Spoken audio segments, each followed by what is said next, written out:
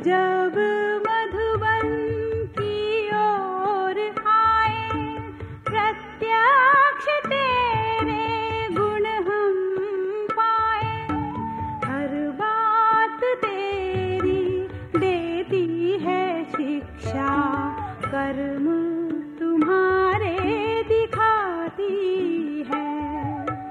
मीठा मधुबन देख के बाबा, याद तुम्हारी आती है।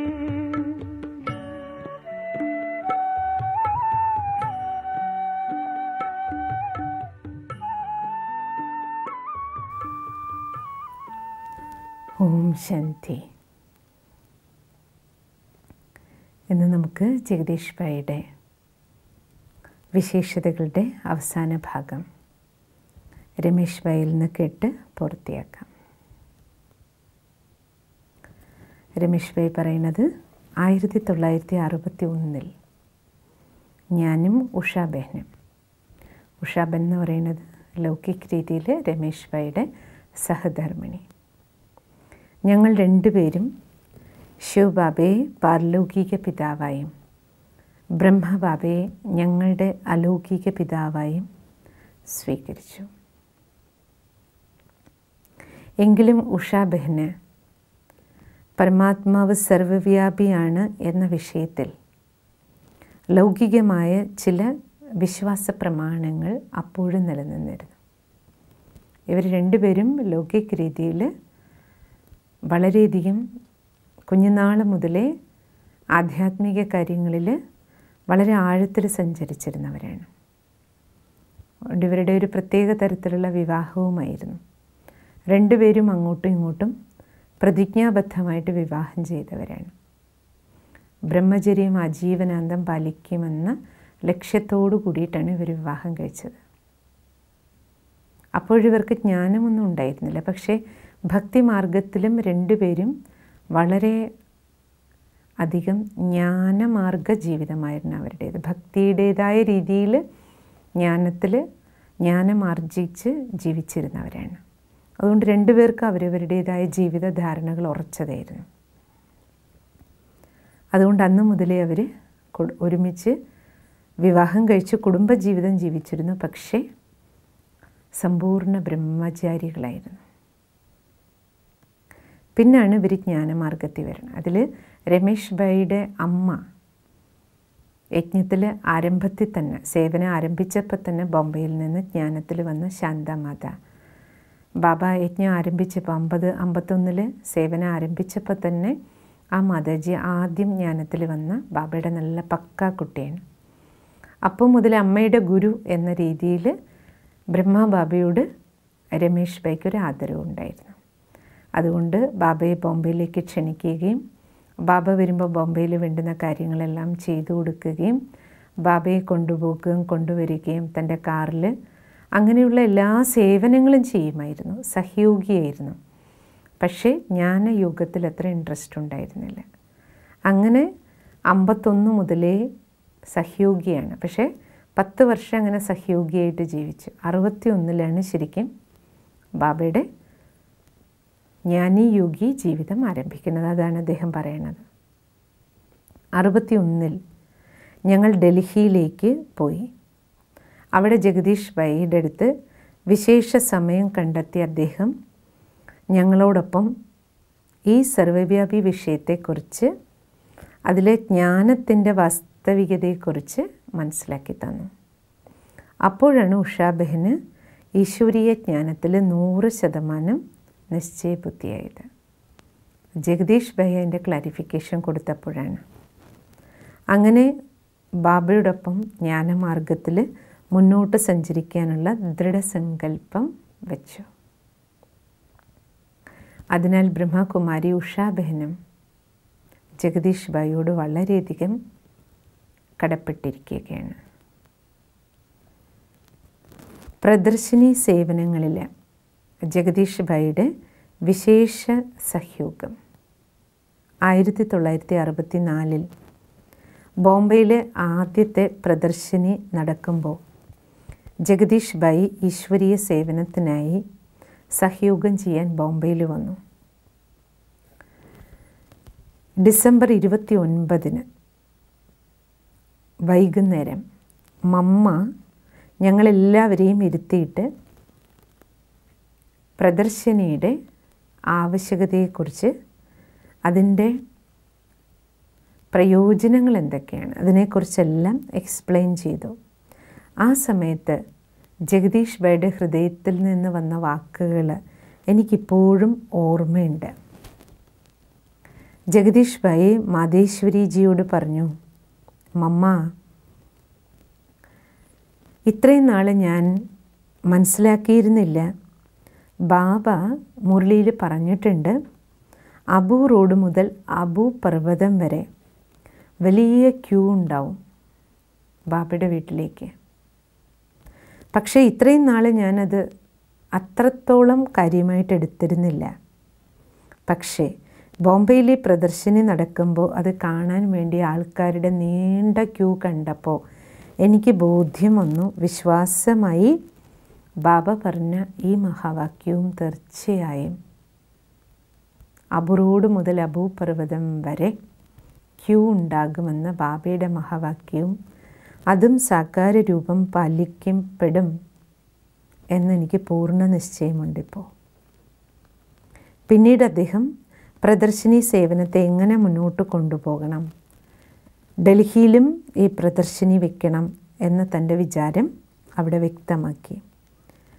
അതിനുശേഷം പ്രദർശനിയിൽ ഗീതയുടെ ഭഗവാൻ ആര്, ഈ ചോദ്യത്തിന് ഉത്തരം നൽകുന്ന 3 ചിത്രങ്ങൾ എങ്ങനെ മറ്റുള്ളവർക്ക് പറഞ്ഞു കൊടുക്കണം യുക്തിപൂർവം, അത് ഞങ്ങൾക്ക് എല്ലാവർക്കും പഠിപ്പിച്ചു തന്നു. ജഗദീഷ് ഭായി പോപ്പിൻ്റെ സേവനവും ചെയ്തിട്ടുണ്ട്. ജഗദീഷ് ഭായിയോടൊപ്പം അനേക സേവനങ്ങൾ ചെയ്യാനുള്ള അവസരം എനിക്ക് ലഭിച്ചിട്ടുണ്ട്.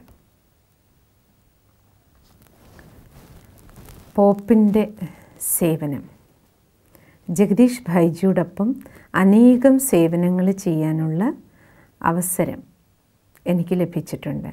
ബോംബെയിൽ ഒരു കോൺഫറൻസ് നടക്കുകയായിരുന്നു ക്രിസ്ത്യൻ ധർമ്മത്തിൽ പെട്ടവരുടെ. അപ്പോൾ ക്രിസ്ത്യാനിറ്റിയിൽ നിന്ന് അവരുടെ ധർമ്മഗുരു പോപ്പ് ആദ്യമായി ഭാരതത്തിലേക്ക് വരികയാണ്. ആ കോൺഫറൻസിൽ ക്രിസ്ത്യൻ ധർമ്മത്തിലെ വലിയ വലിയ ആർച്ച് ബിഷപ്പുമാരുടെ എല്ലാം സേവനങ്ങൾ ചെയ്യുന്നതിന് വേണ്ടിയിട്ടുള്ള ഒരു ഏർപ്പാട് ബോംബെയിൽ നടന്നു. അപ്പോൾ ഏകദേശം ഇത്രയും ആൾക്കാരുടെ സേവനങ്ങൾക്ക് വേണ്ടിയിട്ട് 30x40 സൈസിൽ വലിയ കൽപ്പവൃക്ഷത്തിൻ്റെ ത്രിമൂർത്തി സൃഷ്ടിചക്രത്തിൻ്റെ ചിത്രം നല്ല രീതിയിൽ തയ്യാറാക്കിയിട്ട് പോപ്പിന് അത് ഗിഫ്റ്റ് കൊടുക്കാൻ വേണ്ടിയിട്ട് റെഡിയാക്കി. ബാബയുടെ നിർദ്ദേശപ്രകാരം അത് പോപ്പിന് സമ്മാനിച്ചു. പോപ്പ് അതിനെ സ്നേഹത്തോടെ സ്വീകരിച്ചു. ആ ചിത്രം ഇന്നും റോമിൽ വത്തിക്കാൻ മ്യൂസിയത്തിൽ ഉണ്ട്. അങ്ങനെ ധാരാളം സേവനങ്ങൾക്ക് ജഗദീഷ് ഭായി നിമിത്തമായിട്ടുണ്ട്. ഈശ്വരീയ സേവാർത്ഥം ആദ്യത്തെ വിദേശ യാത്രയുടെ ഗ്രൂപ്പിലും ഞങ്ങൾ 2 പേരും ഒപ്പമായിരുന്നു. രാജയോഗത്തിൻ്റെ പ്രദർശനി ബോംബെയിൽ, അതിനുശേഷം ഡൽഹിയിൽ നടന്നു. അവിടെ നിന്ന് അമേരിക്കയിൽ നടന്ന ഒരു പ്രോഗ്രാമിലേക്ക്, കോൺഫറൻസിലേക്ക് ഇൻവിറ്റേഷൻ കിട്ടി. അങ്ങനെ ആ പ്രോഗ്രാമോട് കൂടിയിട്ട് അമേരിക്കയിൽ നടന്ന കോൺഫറൻസിലേക്ക് ലഭിച്ച ഇൻവിറ്റേഷനിൽ നിന്ന് വിദേശ സേവനങ്ങളുടെ ശുഭാരംഭം കുറിച്ചു. വിദേശ സേവയ്ക്ക് പോകാൻ 6 പേരുടെ പേരാണ് നിർദ്ദേശിക്കപ്പെട്ടത് ബാബ്ദാദയുടെ അടുത്തുനിന്ന്. അതിൽ 4 സഹോദരിമാരും 2 സഹോദരന്മാരായിരുന്നു. അതിലൊന്ന് ജഗദീഷ് ഭായിയും മറ്റൊന്ന് രമേശ് ഭായിയും. പോകുന്നതിന് വേണ്ടിയിട്ട് ഡൽഹിയിൽ നിന്ന് ജഗദീഷ് ഭായി ഫ്ലൈറ്റിൽ ആദ്യമായിട്ട് അദ്ദേഹം ഫ്ലൈറ്റിൽ കയറി ഡൽഹിയിൽ നിന്ന് ബോംബെയിലേക്ക് വന്നു. അന്ന് രാത്രി തന്നെ ഞങ്ങൾ വിദേശ യാത്രയ്ക്കായി പുറപ്പെട്ടു. യാത്രയ്ക്കിടയിൽ ഗ്രീസിൻ്റെ രാജധാനി ഏതൻസിലിറങ്ങി അവിടെ ഞങ്ങൾ രണ്ടുപേരും വിദേശ മണ്ണിൽ കാല് വയ്ക്കുമ്പോൾ ഏകദേശം 1 മണിക്കൂർ സമയമുണ്ടായിരുന്നു. അവിടെ ഗ്രീക്ക് ഫിലോസഫിയെ പ്രതി ഞങ്ങൾ തമ്മിൽ വളരെ ആഴമാർന്ന ചർച്ചകൾ നടന്നു. അവിടെ നിന്ന് ഞങ്ങൾ ലണ്ടനിലേക്ക് പോയി. ജയന്തി ബഹൻ്റെ വീട്ടിൽ താമസിച്ചു. ഇംഗ്ലീഷിൽ ആ സമയത്ത് പ്രഭാഷണങ്ങൾ ചെയ്ത് ശീലം ഞങ്ങൾക്ക് 2 പേർക്ക് മാത്രമേ ഉണ്ടായിരുന്നുള്ളൂ. അതിനാൽ ഇംഗ്ലണ്ടിലെ പല സ്ഥലങ്ങളിലും ഞങ്ങൾ 2 പേരും ഒരുമിച്ച് സേവനം ചെയ്തുകൊണ്ടേയിരുന്നു. ജഗദീഷ് ഭായിയുടെ മനസ്സിൽ ദൃഢസങ്കല്പമായിരുന്നു, നമ്മുടെ ഈ വിദേശ യാത്രയ്ക്ക് തീർച്ചയായും എന്തെങ്കിലും ഫലം, റിസൾട്ട് ഉണ്ടാകണം. നമ്മളിവിടുന്ന് തിരിച്ചു പോകുന്നതിന് മുമ്പ് ഈസ്റ്റിലും വെസ്റ്റിലും കുറഞ്ഞത് ഓരോ സേവാകേന്ദ്രങ്ങളെങ്കിലും തുറന്നിട്ടേ നമ്മളിവിടെ നിന്ന് പോകുള്ളൂ തിരിച്ച്. അങ്ങനെ മധുബനത്തിൽ ഫോൺ ചെയ്ത് ലണ്ടനിലും ഹോങ്കോങ്ങിലും സേവാകേന്ദ്രങ്ങൾ തുടങ്ങാൻ മധുബനിൽ നിന്ന് പെർമിഷൻ ദാദിജിയിൽ നിന്ന് വാങ്ങി. അദ്ദേഹത്തിന് ദൃഢസങ്കല്പമായിരുന്നു, എങ്ങനെയെങ്കിലും ഇവിടെ സെൻറ്റർ തുറക്കുക തന്നെ വേണം. അങ്ങനെ അദ്ദേഹത്തിൻ്റെ ഉറച്ച ദൃഢസങ്കല്പത്തിൽ സെപ്റ്റംബർ 23, 1971 ആദ്യത്തെ രാജയോഗ സേവാ കേന്ദ്രം ലണ്ടനിൽ തുറന്നു. ഭായിജിയുടെ വിശേഷതയായിരുന്നു, എന്ത് സേവനം ചെയ്താലും ആ സേവനത്തെ അതിൻ്റെ സഫലതയിലെത്തിക്കുകയും അതിൽ നിന്നുള്ള റിസൾട്ട് പുറത്തു കൊണ്ടുവരുന്നതിന് ഉള്ളുകൊണ്ട് ആത്മാർത്ഥമായി പുരുഷാർത്ഥം ചെയ്തിരുന്നു. എന്തെങ്കിലും സേവനം ചെയ്യുക എന്നുള്ളതല്ല അദ്ദേഹത്തിൻ്റെ ലക്ഷ്യം, സേവനത്തിൽ സഫലത ഉണ്ടാക്കിയെടുക്കുക, അതിൻ്റെ റിസൾട്ട് ഭാവിക്ക് കാണിച്ചു കൊടുക്കണം. ആ ലക്ഷ്യത്തോടെയാണ് ഓരോ സേവനങ്ങളും ചെയ്തിരുന്നത്.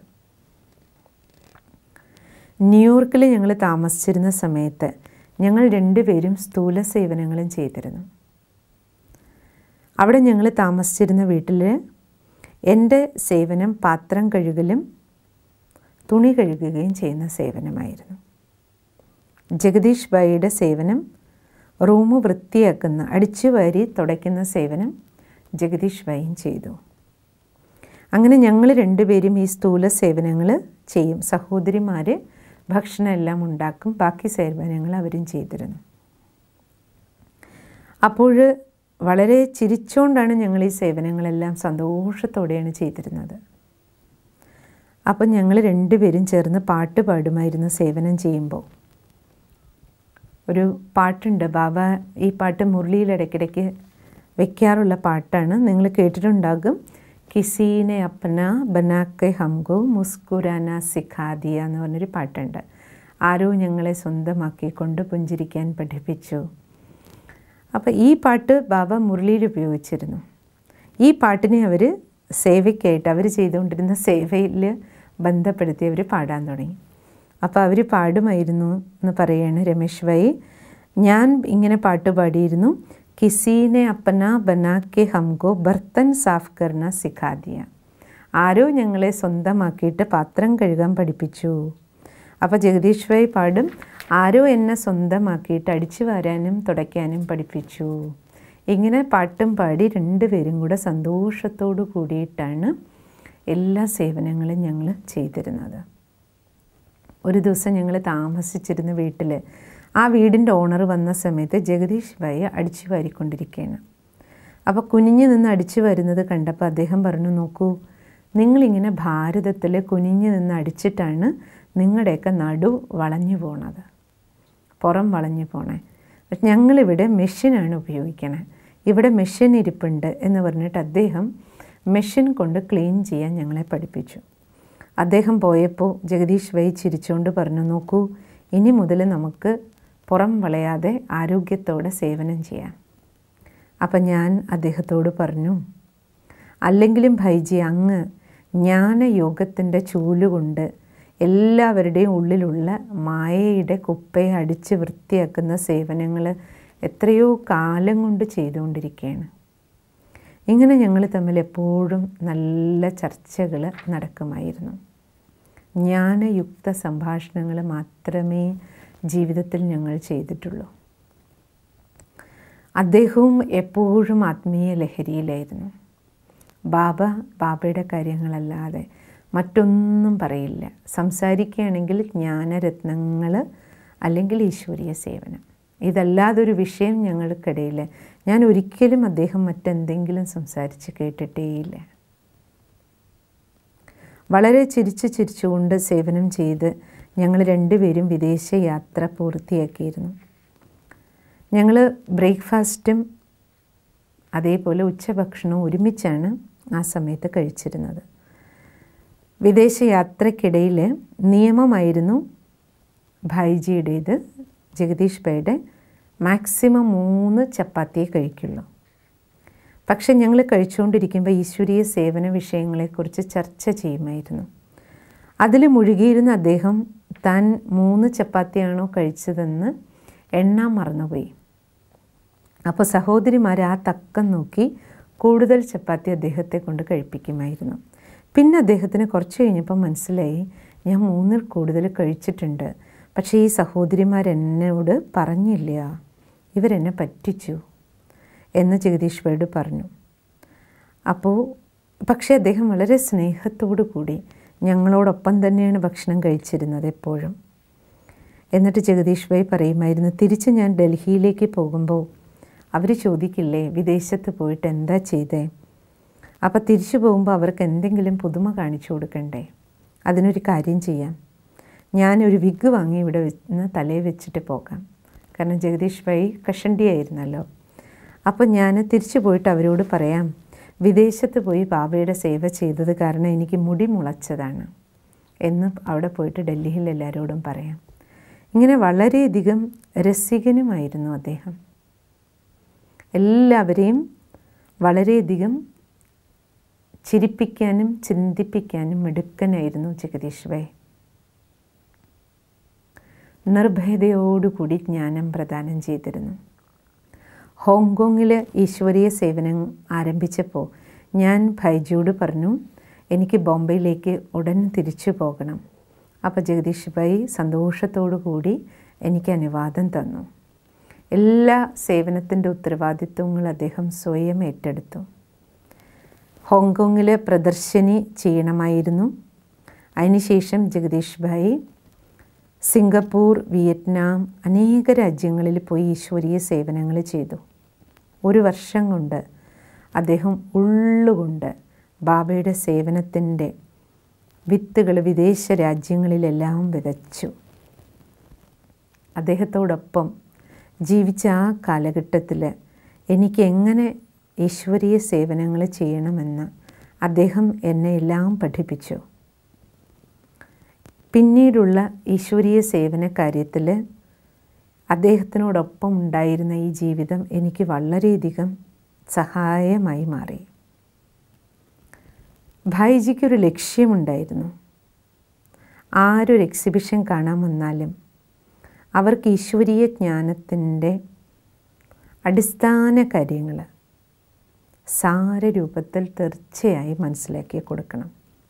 പവിത്രത, സത്യത, ഭഗവാൻ ആരാണ്, ഡ്രാമയുടെ തനിയാവർത്തനം, ഇതിനെക്കുറിച്ചെല്ലാം വളരെ നിർഭയതയോടെ അദ്ദേഹം എല്ലാവർക്കും മനസ്സിലാക്കി കൊടുത്തിരുന്നു. അദ്ദേഹത്തിൻ്റെ എഴുത്തുകൾക്ക് ബാബയുടെ മുരളി പോലെയുള്ള കരുത്തുണ്ടായിരുന്നു. പ്രിയപ്പെട്ട ബാബ്ദാദ ഞങ്ങളെ വിദേശത്തേക്ക് അയച്ചപ്പോൾ ഒരു ശ്രീമതം തന്നിരുന്നു. നിങ്ങൾ വിദേശത്തേക്ക് സേവനത്തിന് പോകുന്നത് ദേവതയായിട്ടായിരിക്കണം, കൊടുക്കാൻ വേണ്ടി മാത്രമായിരിക്കണം, ആരിൽ നിന്നും ഒന്നും സ്വീകരിക്കാൻ പാടില്ല. ബാബയുടെ ഈ ശ്രീമതം പൂർണ്ണമായും ഞങ്ങൾ പാലിച്ചു.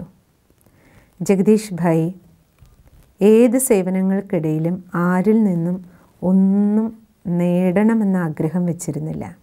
കൊടുക്കുക എന്ന സങ്കല്പം മാത്രമാണ് അദ്ദേഹം സേവനത്തിൽ മുഴുവൻ കാത്തു സൂക്ഷിച്ചത്. ഞങ്ങൾ വിദേശത്ത് സേവനം ചെയ്തുകൊണ്ടിരിക്കുന്നതിൻ്റെ ഒരു സുന്ദരമായ ഫലം ഭാരതത്തിൽ ആ സമയത്തുണ്ടായി. പിന്നീട് ഒരു യജ്ഞത്തിലെ വിശിഷ്ട സഹോദരൻ അദ്ദേഹം അനുഭവം ഞങ്ങളോട് പറഞ്ഞു, ജഗദീഷ് ഭായി യജ്ഞത്തിലെ വളരെ അനുഭവിയായ സഹോദരനാണല്ലോ. അതിനാൽ അദ്ദേഹം വിചാരിച്ചിരുന്നത് അതുവരയ്ക്കും ബ്രഹ്മബാബ അവ്യക്തമായതിനു ശേഷം ഗുൽസാർ ദാദിയിലൂടെ വരുന്ന മുരളികൾ, ഗുൽസാർ ദാദിയിലെ ബാബ അവതരിച്ച് നൽകുന്ന മുരളി ഒരു പക്ഷേ ജഗദീഷ് ഭായി എഴുതി കൊടുക്കുന്നത് ദാദിജി ഓർമ്മയിൽ വെച്ചിട്ട് പറയുന്നതായിരിക്കും മുരളി എന്നാണ് ആ സഹോദരൻ അന്ന് വരെ വിചാരിച്ചിരുന്നത്. പക്ഷേ ജഗദീഷ് ഭായി ഒരു വർഷം വിദേശത്ത് സേവനത്തിന് പോയപ്പോഴാണ്, അപ്പോഴും ബാബയുടെ അവതരണം നടന്നുകൊണ്ടിരുന്നു.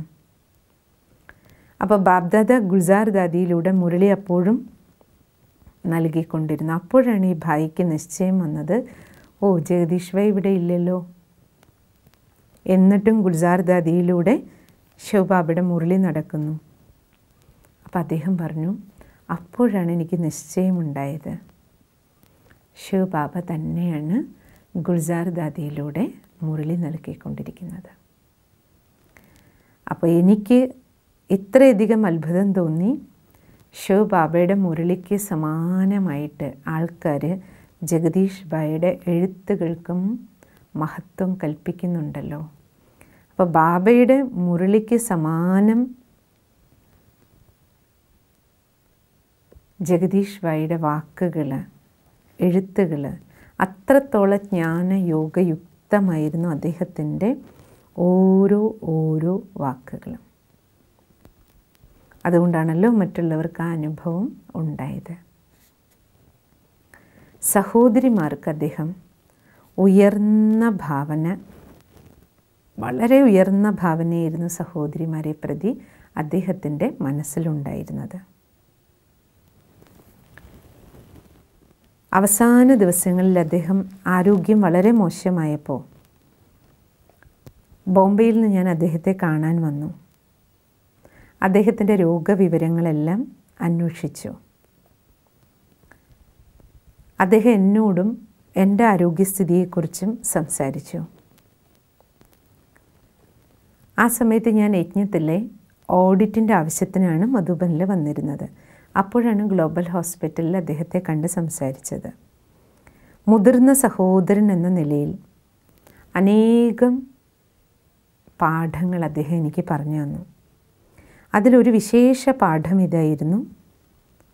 എന്നോട് പറഞ്ഞു, രമേശ് ഭായ്, യജ്ഞത്തിലെ കണക്കുകളുടെ കാര്യങ്ങൾ ഓഡിറ്റിംഗ് നടക്കുമ്പോൾ സഹോദരിമാരുടെ ആശീർവാദം വാങ്ങുന്ന തരത്തിൽ ഓഡിറ്റ് വളരെ സുഗമമായി നടക്കണം, വളരെ വേഗത്തിൽ നടക്കണം. യജ്ഞത്തിലെ സമർപ്പിത സഹോദരിമാർക്ക് ഒരു ബുദ്ധിമുട്ടും ഉണ്ടാകരുത്. അവരിൽ നിന്ന് ആശീർവാദം വാങ്ങുന്ന തരത്തിലായിരിക്കണം ഓഡിറ്റ് കാര്യങ്ങൾ ചെയ്യേണ്ടത്. അതായത് അദ്ദേഹം ഒരു മഹാനായ ആത്മാവായിരുന്നു. സഹോദരിമാരെ സദാ ദേവിമാരായിട്ടാണ് കണ്ടിരുന്നത്. ചെറിയ സഹോദരിമാരാകട്ടെ മുതിർന്നവരാകട്ടെ അവരെ ദേവിമാരായി കണ്ട് അവരിൽ നിന്ന് ആശീർവാദം വാങ്ങുന്ന തരത്തിലായിരുന്നു അദ്ദേഹത്തിൻ്റെ ഓരോ സങ്കല്പങ്ങളും പ്രവർത്തിച്ചിരുന്നത്. അദ്ദേഹത്തിൻ്റെ ആരോഗ്യനില വളരെ വഷളായ സമയത്ത് പ്രകാശ് മണി ദാദിജി ആഫ്രിക്കയിലെ സേവനങ്ങൾക്ക് വേണ്ടി പോകാനുള്ള ഒരു പ്രോഗ്രാം ആ സമയത്ത് തയ്യാറായിരുന്നു. ദാദിക്ക് മെയ് 13 പോകേണ്ടിയിരുന്നത്. 2001 കാര്യമാണ്.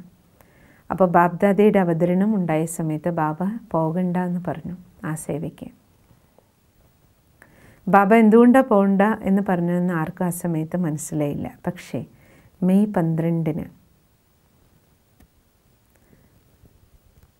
ജഗദീഷ് ഭായ് സുഖദാം ഭവനത്തിലാണ് താമസിച്ചിരുന്നത്, പാണ്ഡവ് ഭവനിൽ. ഞാൻ ഉഷാബേനെ ഭായിജിയുടെ റൂമിലേക്ക് അയച്ചു, എങ്ങനെയുണ്ടെന്ന് നോക്കിയിട്ട് വരാൻ.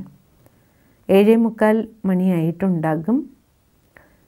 ഉഷാബഹൻ പോയി അദ്ദേഹത്തിൻ്റെ കൂടെ ഇരുന്നു.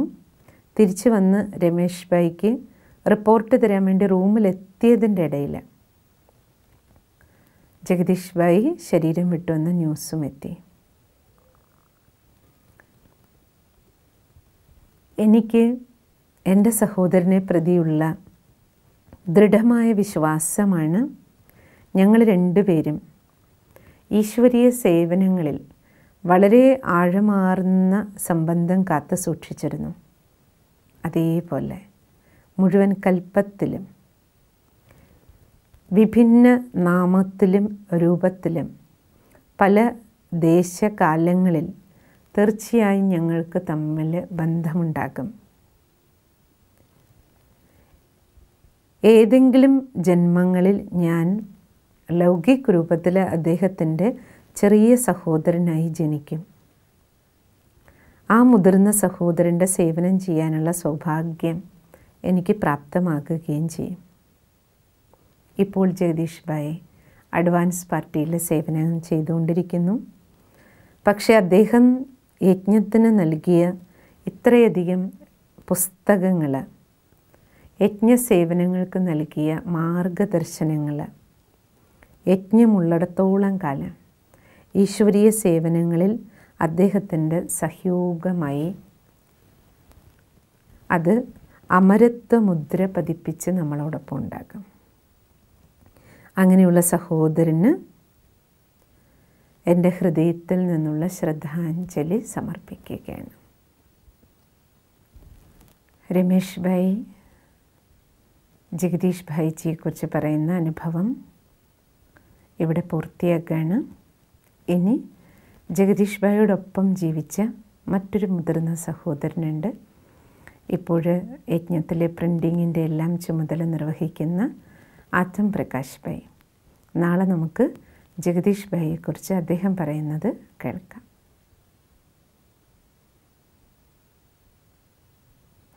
ഓം ശാന്തി.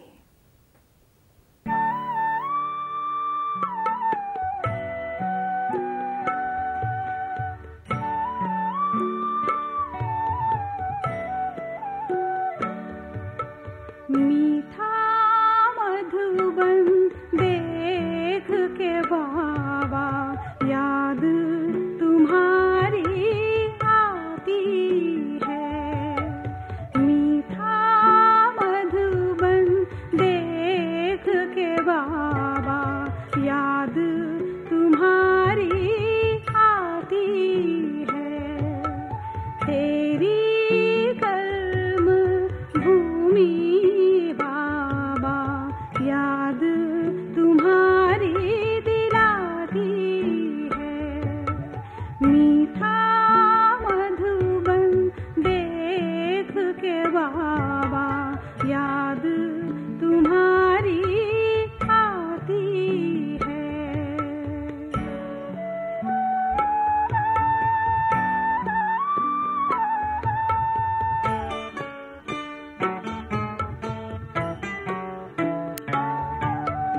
जब जब मधुबन की ओर आए प्रत्यक्ष तेरे गुण हम पाए। जब जब